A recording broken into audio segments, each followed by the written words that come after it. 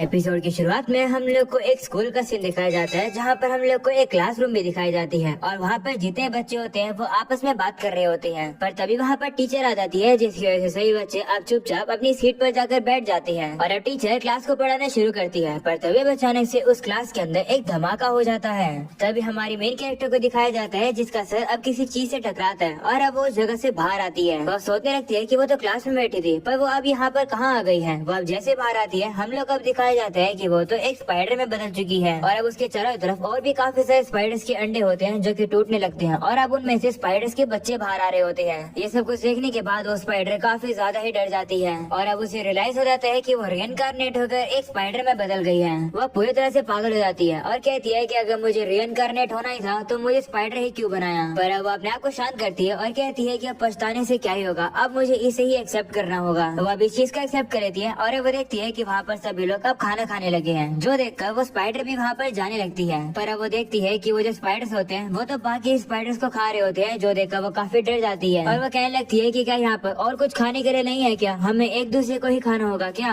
वो अब कहने लगती है कि मैं ऐसी खतरनाक जगह पर नहीं रहूंगी। ऐसा बोलने के बाद वो वहाँ से जाने लगती है। पर तभी अचानक से वहाँ पर एक काफी बड़ी स्पाइडर आ जाती है, जिसे देखकर वो स्पाइडर कहती है कि क्या ये हमारे फादर है। तभी हम देखते हैं कि वो बड़ा सा स्पाइडर अब उन्हीं के ऊपर ही हमला कर देता है। इसी तरीके से वो जो स्पाइडर होता है वो दूसरे स्पाइडर्स को खाने लगता है, जो देखकर हमारी मेन कैरेक्टर तो छुपी जाती है और वो डिसाइड कर लेती है कि उसे वहाँ से भागना होगा। वो अब काफी तेज से दौड़ते हुए वहाँ से बाहर आ जाती है। इतनी दूर आने के बाद वह सोचने लगती है कि आखिर मैं मरी कैसे। लास्ट चीज जो मुझे याद है वो ये है कि मैं क्लास में बैठी थी, तो मैं मरी कैसे। क्या कोई टेररिस्ट अटैक हो गया या फिर कोई नेचुरल डिजास्टर हो गया, पता नहीं। ये चीज तो एक मिस्ट्री है। शायद से एक्चुअली में मैं मरी ही ना हूँ। हो सकता है कि मेरी बॉडी को एक स्पाइडर ने पोसेस कर लिया हो। मुझे बस इतना लगता है कि स्पाइडर के पास बस मेरी मेमोरीज है, मुझे नहीं पता है। चलो मैं इन सब चीजों को साइड में करती हूँ और इग्नोर करती हूँ। अभी के लिए मुझे काफी कुछ जानना है, क्योंकि अगर इन्फॉर्मेशन नहीं होगी तो मैं यहाँ पर मारी जा सकती हूँ। काश इस जगह कोई गेम होती, मुझे अप्रेजल स्किल भी मिल जाती है, जिससे मुझे इन्फॉर्मेशन मिलती है। वो जैसे बात बोलती है उसे एक आवाज कहती है कि तुम्हारे पास 100 स्किल्स पॉइंट है, जिसका यूज करके तुम अप्रेजल स्किल को एक्वायर कर सकती हो। ये सुनने के बाद स्पाइडर अब काफी ज्यादा एक्साइटेड हो जाती है और कहती है कि लगता है कि ये तो सही में एक दूसरी दुनिया है। वो अब उस अप्रेजल को एक्वायर कर लेती है और कहती है कि जो अप्रेजल होता है वो काफी काम की चीज होती है। ये एक चीट स्किल की तरह होती है, जो कि मैंने इसे कई एनीमे में भी देखी है। ऐसा बोलकर वो अब एक पत्थर को उठा लेती है और कहती है कि दिखने में तो ये एक नॉर्मल पत्थर लग रहा है, पर अगर मैं इसके ऊपर अपने अप्रेजल का यूज करूंगी तो एक सरप्राइज होगा। पर तभी हम लोग देखते हैं कि कुछ भी नहीं होता है। वो जो अप्रेजल होती है वो बस कहती है कि ये एक पत्थर है। ये देखकर वो स्पाइडर थोड़ी सी डिसअपॉइंट हो जाती है और कहती है कि मुझे ये दिखाओ कि तुम क्या कर सकती हो।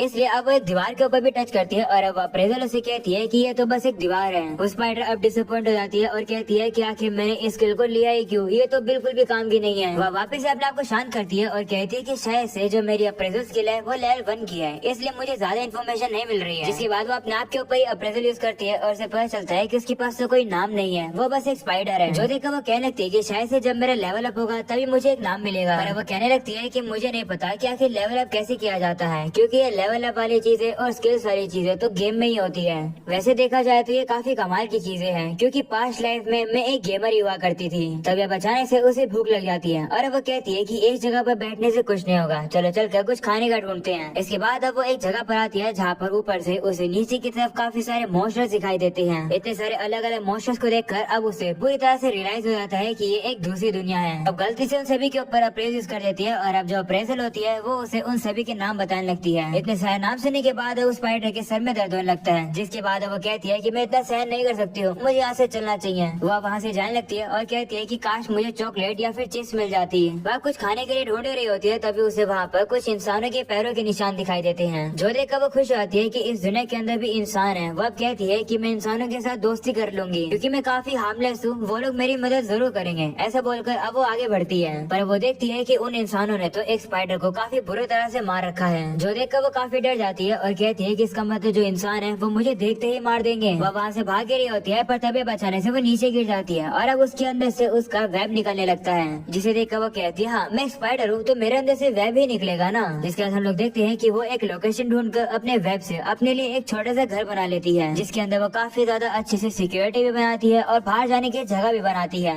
वो कह रही होती है कि जब तक जो शिकार है वो मेरे वेब में नहीं फंस जाते तब तक मैं अपनी शर्ट इन लाइफ यहीं पर एंजॉय करूंगी। मेरे पिछले लाइफ में भी मैं काफी लोनली थी और स्कूल को अटेंड कर लेती थी, पर मैं ज्यादा बाहर नहीं जाती थी, मैं हमेशा गेम ही खेला करती थी। तो शायद से इस तरीके से स्पाइडर की जिंदगी इतनी बुरी भी नहीं है। तभी अब अचानक से उसकी एनर्जी पूरी तरह से खत्म हो जाती है, जिसकी वजह से वो बेहोश होकर नीचे भी गिर जाती है। और क्योंकि उसने अपने लिए घर बनाया है उसकी वजह से वो और ज्यादा थक चुकी है। वो अब कहने लगती है कि इसी तरीके से मैं भूखी मर जाऊंगी, क्योंकि यहाँ पर कुछ खाने का है ही नहीं। इस समय पर मेरा जो सिबलिंग है वही मेरे काम आएगा, क्योंकि इसी को मैं इमरजेंसी के तौर पर लेकर आई हूँ। मेरे पास कोई चॉइस नहीं है। ऐसा बोलने के बाद वो अपने भाई को ही खाने लगती है, पर उसे वो खा नहीं पाती है, क्योंकि अब उसका टेस्ट काफी ज्यादा बुरा होता है। उसे अब उल्टी भी करनी पड़ जाती है। वो काफी ज्यादा कोशिश भी करती है, पर वो उसे नहीं खा पा रही होती है। इससे वो वापस से अपने घर में आ जाती है। तभी वही आवाज अब उसे कहती है कि कंडीशंस पूरी हुई, तुम्हें कीन ईटर का टाइटल मिल गया है। इस इफेक्ट की वजह से तुम्हें स्किल टैबू और हेरेटिक मैजिक भी मिल गया है। ये देखकर वो काफी खुश होती है कि बिना पॉइंट्स को स्पेंड करे वो स्किल्स को पा सकती है। वो सोचने लगती है कि उसे जो हेरेटिक मैजिक मिला है उसको यूज करने के लिए क्या उसे कोई इनकंटेशन की जरूरत लगेगी। वो अब उसे यूज करने का ट्राई करती है, पर वो उसे यूज ही नहीं कर पाती है, क्योंकि उसे पता नहीं है कि आखिर स्किल को यूज कैसे किया जाता है। वो सोचती है कि शायद से जो उसके सिबलिंग्स है उनके पास भी ये टाइटल्स होगा, क्योंकि कंडीशन वाले टाइटल को पाना काफी ज्यादा इजी है। और सोचती है कि अगर टाइटल के साथ स्किल आती है तो ये काफी कमाल की है। इसलिए वो अब डांस करती है और कहती है कि क्या डांस करने से मुझे डांस की स्किल मिल जाएगी। वो अब डांस कर रही होती है, पर तभी अचानक से उसके वेब में कोई चीज फंस जाती है। तो वो भी अब वहाँ पर जाती है और वो देखती है कि वहाँ पर तो उसके वेब के अंदर एक मेंढक फंस गया है। स्पाइडर अब कहने लगती है कि मेरे ख्याल से मैंने सुना है कि जो फ्रॉग होते हैं उनका टेस्ट चिकन की तरह होता है, तो शायद से मैं इसे खा सकती हूँ। पर तभी अचानक से वो फ्रॉग अपने मुंह से एक लिक्विड जैसी चीज सीधा उसके मुंह पर फेंक देता है, और वो लिक्विड सीधा उसकी आंखों में जाता है, जिसकी वजह से अब उसकी आंखों में दर्द भी होने लग जाता है और उसकी आंखें जल भी रही होती है। जो देखकर वो स्पाइडर समझ जाती है कि इस फ्रॉग ने अभी अभी उसके ऊपर पॉइजन फेंका है, जिसकी वजह से वो अब एक साइड से देख भी नहीं पा रही है। तभी अब फ्रॉग उसके ऊपर और भी काफी सारे पॉइजन को फेंकने लगता है, जो देखकर अब उस स्पाइडर को वहाँ से भागना पड़ता है। पर तभी अब आवाज अब उसे कहती है कि स्किल पूरी हुई, तुमने अब एसिड रेजिस्टेंस स्किल को पा लिया है। जैसे उस स्पाइडर को ये स्किल मिलती है, उसको जो जलन हो रही होती है, दर्द हो रहा होता है, वो पूरी तरह से गायब हो जाता है। वो अब कहने लगती है कि क्या इस तरीके से भी स्किल को पाया जा सकता है, तो आखिर मैंने अपने पॉइंट्स को अप्रेजल पर ही वेस्ट क्यों ही किया।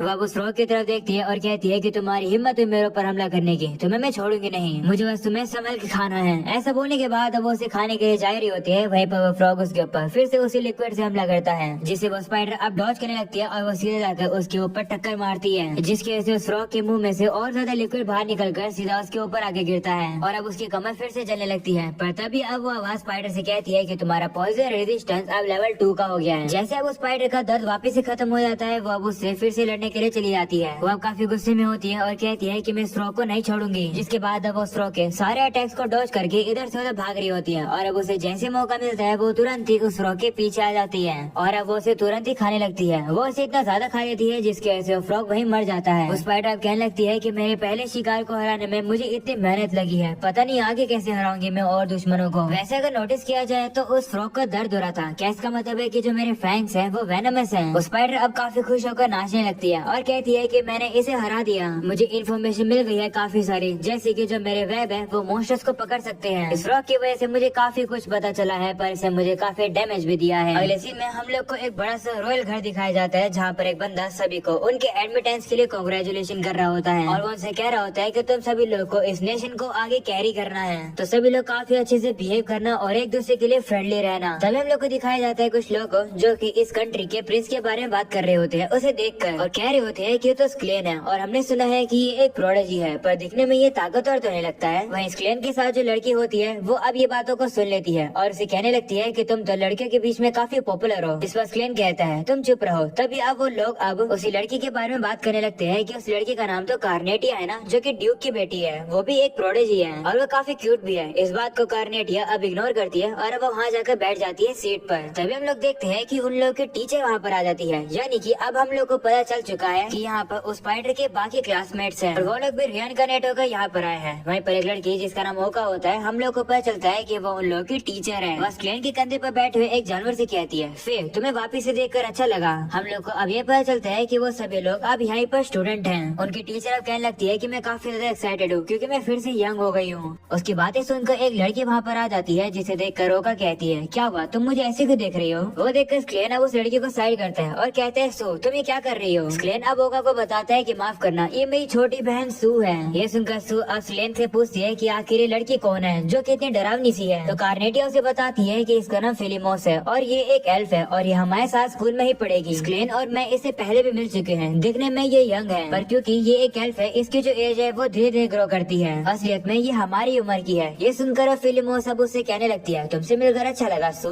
तो सू भी कहती है और वो कहने कहने लगती है कि क्या इस तरीके की छोटी बहन मेरे भाई पसंद करता है। तो स्क्लेन कहते हैं नहीं, ऐसा कुछ भी नहीं है। इसके बाद अब फिलिमोस सू से कहती है कि क्या मैं इन दोनों को थोड़ी देर के लिए लेकर जा सकती हूँ। तो वो भी मान जाती है और अब वो उन लोगों को कुछ लोगों से मिलाने के लिए ले आती है। वो लोग भी अब फिलिमोस को पहचान जाते हैं और कहते हैं कि तुम अभी भी छोटी हो। हम लोग को ये पता चल जाता है कि ये लोग भी हमारे स्पाइडर के क्लासमेट्स हैं जो कि रेनकार्नेट हुए हैं। तभी फिलिमोस अब उन लोगों से कहती है कि तुम लोगों को देखकर अच्छा लगा, नात्सुमे और हासाबे। तभी नात्सुमे स्क्लेन की तरफ देखकर कहते हैं और कहता है कि ये तो प्रिंस है इस जगह का। तो फिलिमोस उनसे कहती है हाँ, मैं तुम लोग को इन सभी का इंट्रोडक्शन देती हूँ। वह स्क्लेन और कार्नेटिया से कहती है कि ये दोनों अगले फ्यूचर किंग और फ्यूचर सेंट हैं। ये रेंजर्ड एम्पायर के क्राउन प्रिंस हैं और होली किंगडम ऑफ फेलियोस के ये वीआईपी है। इसके बाद अब फिलिमोस उन दोनों को स्क्लेन और कार्नेटिया से मिलवाती है। तो नात्सुमे कहते हैं कि लेकिन असलियत में ये कौन है, हमारी क्लास में इनका क्या नाम था। तो स्क्लेन कहता है कि मैं शुनसुके यामाडा हूँ। वहीं कार्नेटिया कहती है कि मैं कानाटा ओशिमा हूँ और मैं रेनकार्नेट होकर एक लड़की बन गई हूँ। ये सुनकर नात्सुमे अब उसका मजाक उड़ाने लगता है और कहता है कि देखो तुम कितनी क्यूट बन गए हो। इस पर कार्नेटिया कहती है कि मजाक उड़ाना बंद करो, मुझे भी काफी दिक्कत हुई थी अपने आप को ये देखकर। नात्सुमे को इतना हंसता हुआ देखकर फिर अब उसे कहने लगते हैं कि इतना हंसना बंद करो। वो सुनकर नात्सुमे हैरान हो जाता है और कहता है कि क्या तुम भी रेनकार्नेटेड हुई हो। तो वो कहती है हाँ, मैं मिरिया शिनोहारा हूँ। ये सुनने के बाद अब नात्सुमे काफी ज्यादा हंसने लगता है और कहता है कि तुम अब एक अलग ही स्पीशीज बन चुकी हो, ना ही तुम लड़का हो और ना ही तुम लड़की हो। तुम्हें देखकर लगता है कि हम सभी लोगों में से कोई मॉन्स्टर में भी रेनकार्नेट हो सकता है। वह फिलिमोस से कहते हैं कि क्या कोई और भी मॉन्स्टर में बदला है। जिस पर वो कहती है कि यहाँ पर 11 लोग हैं जिन्हें मैं देखने वाली हूँ और उनमें से कोई भी और मॉन्स्टर नहीं बना है। वह नात्सुमे अब फिर से कहने लगता है कि इतने दुखी मत हो, तुम जैसे कोई और भी मॉन्स्टर बना होगा। जिसके बाद हम लोग देखते हैं कि वो लोग अब खाना खाने लगते हैं और साथ में बातें भी करने लगते हैं। दूसरी तरफ तो हम लोग को हमारे स्पाइडर को दिखाया जाता है जिसे ना चाहते हुए भी उस फ्रॉग को खाना पड़ रहा है। उस फ्रॉग का टेस्ट काफी ज्यादा बेकार होता है पर फिर भी उसे अगर सर्वाइव करना है तो उसे उस फ्रॉग को खाना ही होगा।